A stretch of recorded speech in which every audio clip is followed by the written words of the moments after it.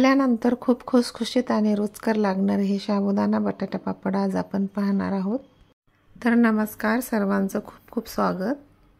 तर हा साबुदाणा मी अर्धा किलो घेतलेला आहे आणि तो रात्रभर भिजवलेला आहे, म्हणजे एक 10 ते 12 तास हा साबुदाणा भिजलाय आणि खूप असा मोकळा झालाय, दाना दाना त्याचा असा सुटसुटीत झालाय। तर साबुदाणा बटाट्याचे पापड करायचे असेल तर आपण साबुदाणा आदल्या दिवशी रात्रीच भिजायला टाकायचा आहे, म्हणजे तो अगदी मऊसूत होतो।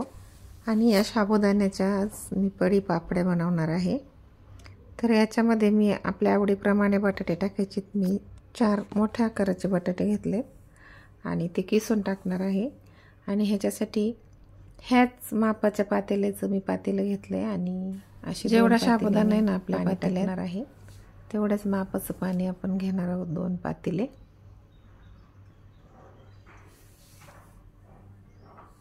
आणि थोडंसं गरम होऊन द्यायचं आणि मग त्याच्यामध्ये हा साबुदाणा टाकायचा आहे। तोपर्यंत मी हे 4 बटाटे स्वच्छ धुवून घेतलेत आणि त्याची साल काढून घेणार आहे।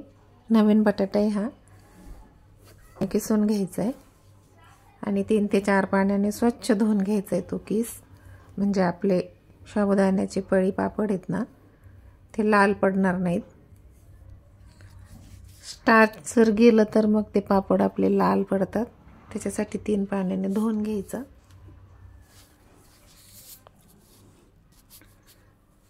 आता सर्व बटाटे किसून झालेत आणि हे मी पाण्यामध्ये धुवून पण घेते।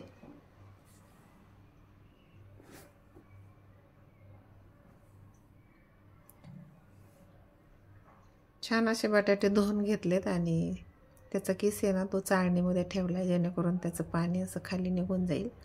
आणि आता हा साबुदाणा आपण जो भिजवलेला होता ना तो पाण्यात टाकण्यापूर्वी असा मोकळा करून घ्यायचा आहे, म्हणजे त्याच्या काही गाठी वगैरे असतील तर त्या मोडून घ्यायच्यात आणि मग तो पाण्यात टाकायचा आहे। त्याच्या आधी मी थोडंसं पाणी काढून घेते 2 पातेल्यातलं, म्हणजे लागलं तर टाकायला। पाणी गरम झाले आणि मी हा साबुदाणा पाण्यामध्ये टाकलाय आणि पाण्यामध्ये टाकल्यानंतर सारखा हलवायचा आहे, म्हणजे तो खाली लागणार नाही याची पण काळजी घ्यायची। एक 5 ते 10 मिनिटांमध्ये हा साबुदाणा छानपैकी शिजतो। आणि ह्या पळी पापड्या आहेत ना खूप छान लागतात, ह्या उपवासासाठी किंवा जेवणाबरोबर आपण रोजच्या जेवणाबरोबर सुद्धा खाऊ शकतो। तर आता साबुदाणा पण अर्धा शिजत आलाय आणि आता मी त्याच्यामध्ये बटाट्याचा किस टाकते आहे। बटाट्याचा किस टाकल्यानंतर 1-2 मिनिटांमध्ये 2 ते 3 मिनिटांमध्ये हे मिश्रण छानपैकी शिजतं।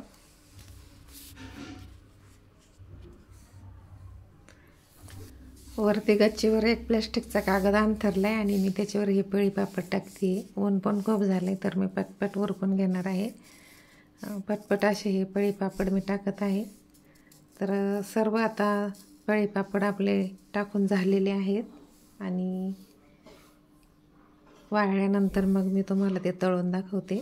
1-2 दिवस वाळायला लागतं, ते एका दिवसात नाही वाळत, दुसऱ्या दिवशी अगदी कडक छान वाळतात।